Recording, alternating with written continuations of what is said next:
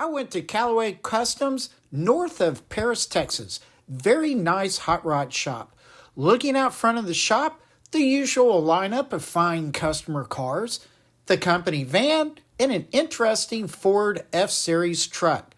Sometimes being at Callaway's can be a shocking experience.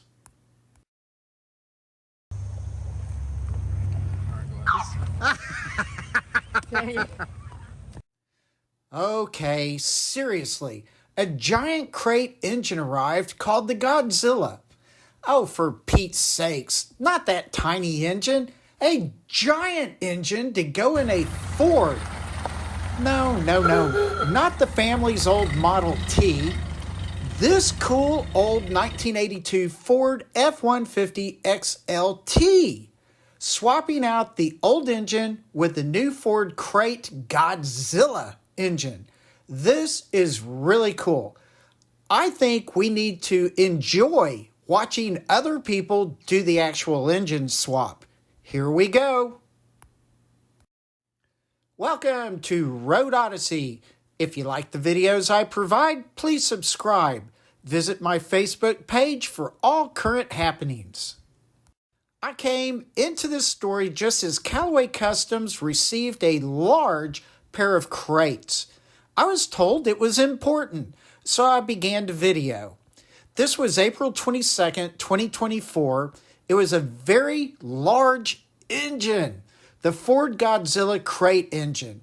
While Ford provides other engines like the Predator, the Megazilla, or this same Godzilla as a 1,000 horsepower supercharged monster, this particular customer kept everything on the down low with just the 7.3 liter, 430 horsepower minimum, and at or above 475 pound-feet of torque, perhaps bought through someone like Summit. This Godzilla is 445 cubic inches, the 7.3 liter, fuel injected at idle about 45 psi, but can need up to 60 or so psi. Anywho, iron block, aluminum heads and pistons, steel crankshaft, and a 87 millimeter intake throttle body. A variable displacement oil pump. Came with some other parts like the wiring harnesses, but things like the AC and the starter may or may not be included depending on the package that you might buy. Two important changes that Callaway's had to make right off was a custom throttle body adapter plate and to swap out the air intake manifold because the original, well, it pointed in a bad direction for this application. The second crate was the also gigantic transmission, a 10-speed, I think Tremic, automatic. I promise, this thing is a behemoth. I should have more pics of it further into the video, but for now, let me tell you about the truck the Godzilla's going in. This is a 1981 Ford F-150 XLT 7th Gen F-Series. The engine pulled from this truck was a 351 Windsor 5.8 liter. Although I saw the 289 written on the firewall, I simply wonder about this original engine, knowing that the old 289s could have a similar exterior appearance to the 351 Windsor. I don't know. Anyhow, the original trans was a Ford C6 3-speed automatic. It was primarily used for the larger vehicles. And a cool fact about it, often used in drag racing and off-road setups. Example of Fords it was in, the Bronco, these F-Series trucks, Fairlane, Galaxy, Thunderbird, Torino, Mustang, and Cougar. In the middle of May, the drive shaft obviously had to be removed, and a custom drive shaft will be installed later on. Just preparing for the transmission and engine removal. Jason removed all the lines and harnesses. Then it came time to pull it all out. they separated the trans from the engine and got the engine out first.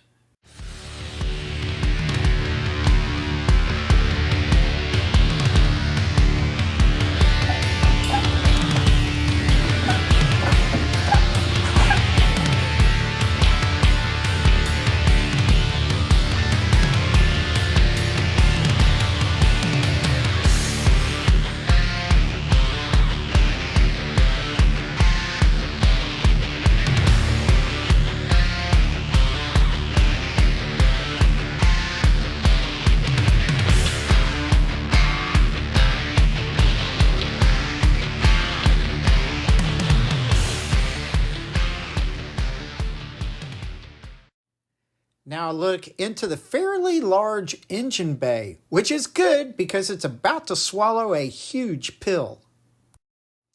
They finagled the trans to come out through the bay. And yes, finagle is a technical term for this methodology of trans removal.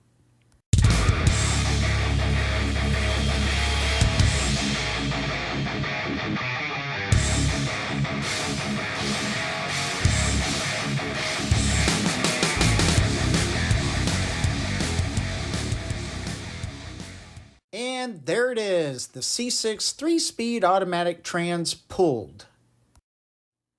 That was all I had for a while. Got back on May 30th and got a much better look at the Godzilla engine with their dragster in the background. The mounting plates came with the crate engine package and Jason began preparing to install them. They go very close to where the original mounting points were, but the exhaust was in the way and had to be removed completely, so he began delicately removing the pipage. Yeah, right. He hacked those pipes out and kicked them away in a heartbeat. Then Jason took off the trans cross member. That's in the way of mocking up where the engine and the giant trans will go. And the fuel tanks were removed as well. Come June 6th, about 2 months since the beginning of this project, Jason was installing the engine mounts. This was going to be the first main engine placement test. There are always delays in projects like this. Other customers have to be tended to. And one thing in this case was it took a few days just to get that little red engine hoist plate.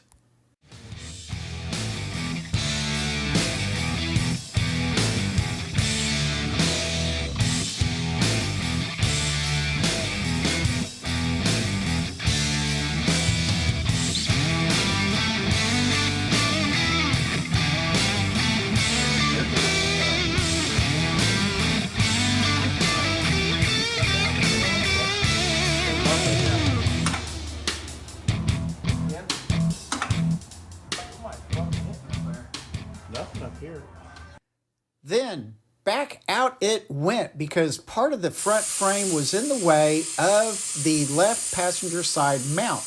Jason trimmed that notch out, then cleaned it up.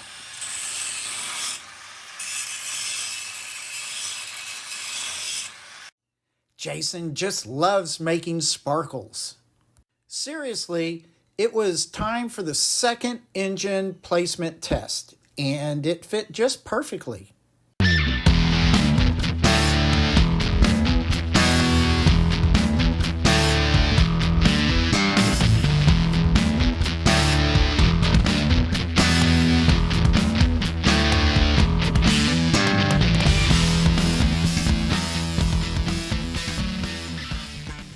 Now it's time for that equally big transmission to get fitted.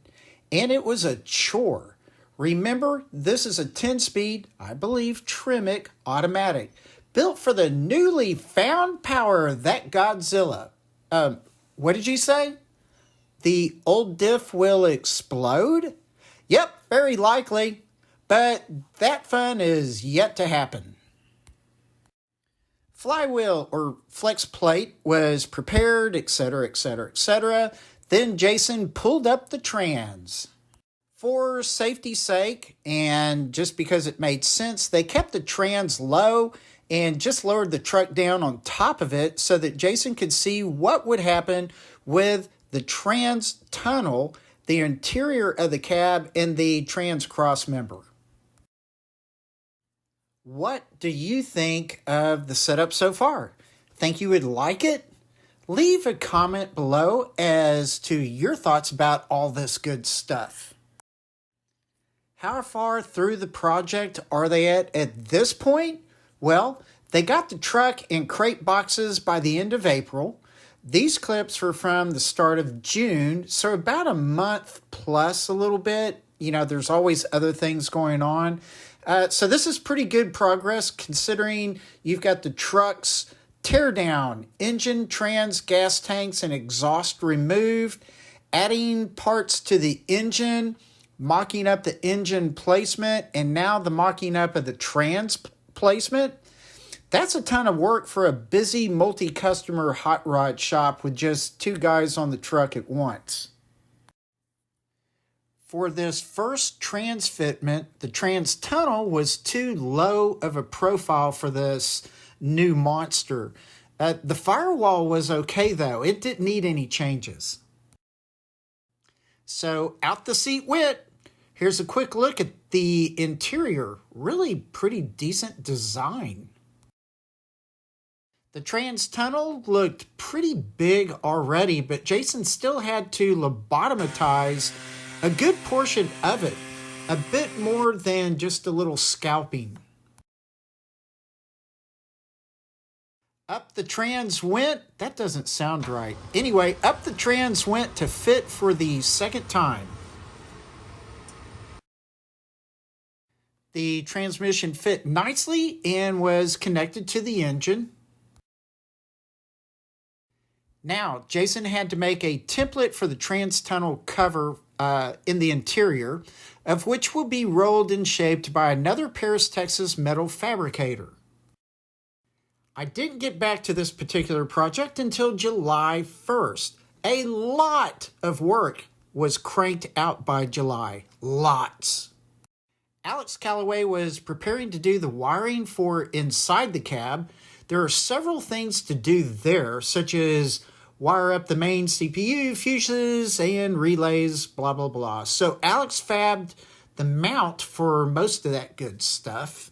As you look at the engine again, notice how the throttle body is pointing up so much due to the air intake manifold. That will be changed. The fuel pressure regulator is being installed at this time. A look at those engine mounts again. Wiring harness is getting laid in. Alex is showing me the position of the engine CPU, or the ECM, I believe. Alex got the fuel regulator installed, and Jason worked on customizing the fuel tank switch and return unit, as well as the fuel pump and all the related tubing. Very well done for both of them. And here is one of the new fuel tanks, the right driver's side tank. The main wiring junction was moving along, and the trans tunnel sheet metal returned and placed in for a final fit. Okay, well, on July 9th through 15th, the engine had to be removed again, as well as the transmission. Why? For a few reasons. Number one, the engine bay needed to be painted. Not a perfect paint job, but respectable enough since the new engine was going in. And, you know, the firewall and other tan perimeter areas were not getting painted, though. Alex had to clear out everything possible that was in the way. The second reason, on the tailgate, they placed the 2 air intake manifolds. New ones on the left, old original on the right. You can see how the throttle body positioning that hole is angled differently between the two. The new one is an edelbrock. The tubing laying around is 2.5-inch pipe for the exhaust that will be custom built by Jason. By July 28th, the engine and trans was back in. A lot of progress was made. The new intake manifold looked great and certainly helped the air filter fit under that hood. For that air intake and throttle body, Jason had to make a custom adapter plate. The brake booster got a new reservoir lid and painted. There's the brake overflow reservoir. No oil catch can was needed, by the way. There's the CPU or ECM mounted on its pedestal so it can stay cooler. All looks very good so far. Alex connected the trans connections and any linkages. He was very happy that all of that work went together without any issue. Almost like, dare I say, plug and play.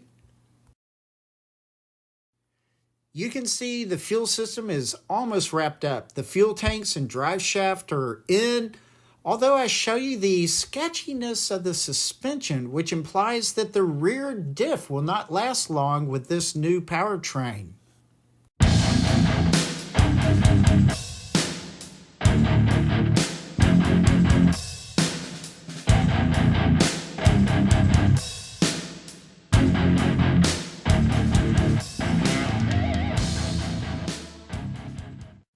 The engine bay is looking really nice. Yet to come is the AC hookups, the radiator hookups, heater core hookups, a little more wiring and so forth.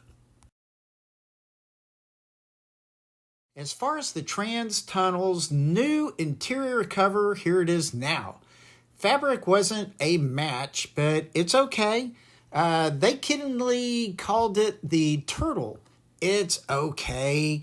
And we'll be fine for this situation. The remainder of the electrical was being worked on and tested by July 23rd. Injectors fired, throttle body did its zero. Did you hear fuel? The next day, July 24th, Jason had to force power to the fuel pump at first. It's like 62. That'll work. Okay. All right. Then Jason made sure the fuel system was primed properly. Oh, okay.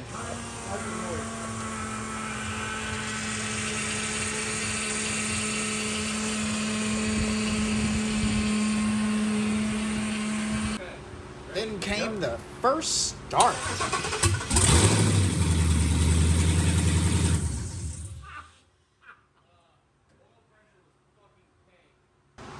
Everything looked okay, so they did a second start to do further testing. Alright. Clear? Yep.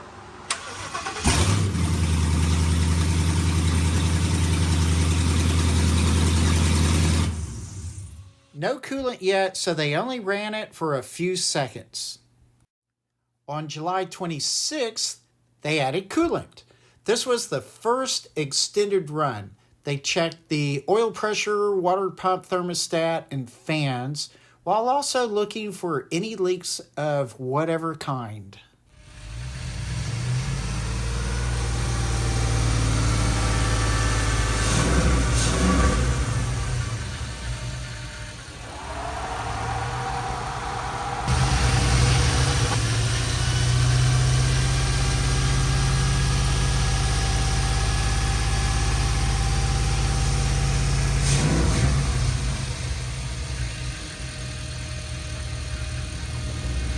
From inside the cab, the gauge for temp was hooked up and constantly read fine, never over about 195 or so.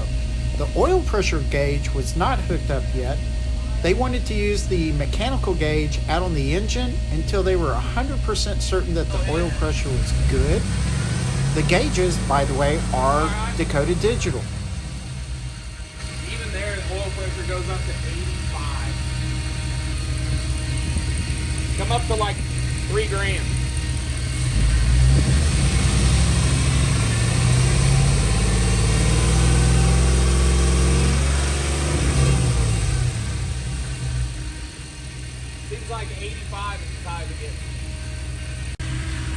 They made sure the steering system was working out okay.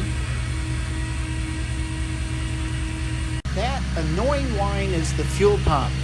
These high pressure fuel pumps are really loud, but this will be fixed soon enough. I just thought it was interesting to understand how loud they really are when they are fastened directly to the vehicle's frame.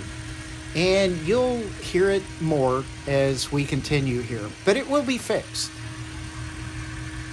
With the truck on the rack, I now show you, well, I tried to show you the headers, but the exhaust, they were just making sure there were no leaks, including the power steering. The mufflers, by the way, are Flowmaster's 50 series, running through 2.5-inch pipe, which gets, it's deleted just in front of the rear wheels, which is really pretty cool. They did a little brake and transmission test. Then it was time to drive it off the rack. From the sound of the truck, you might never know there is a huge engine in it, sort of a sleeper.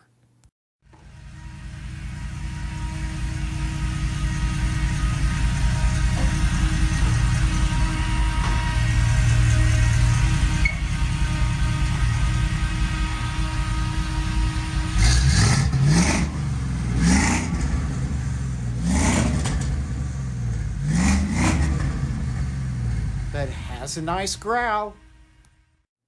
Another look at the interior brain after being done. The temperature is good, and the interior gauge display for oil pressure is now hooked up. Also reading a good value of around 45. Alex did a few more revs, mainly checking the heater core, which was found to have a leak and needed to be replaced. More testing of the oil pressure, water pump, thermostat, fans, and heater core.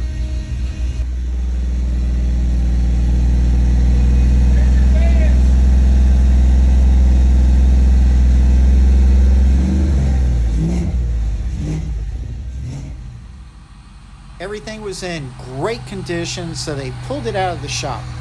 Yes, that fuel pump was seriously annoying. It is still yet to be fixed. Just stay calm.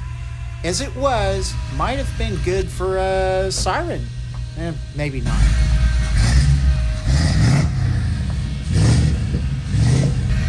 Then another loop around the driveway.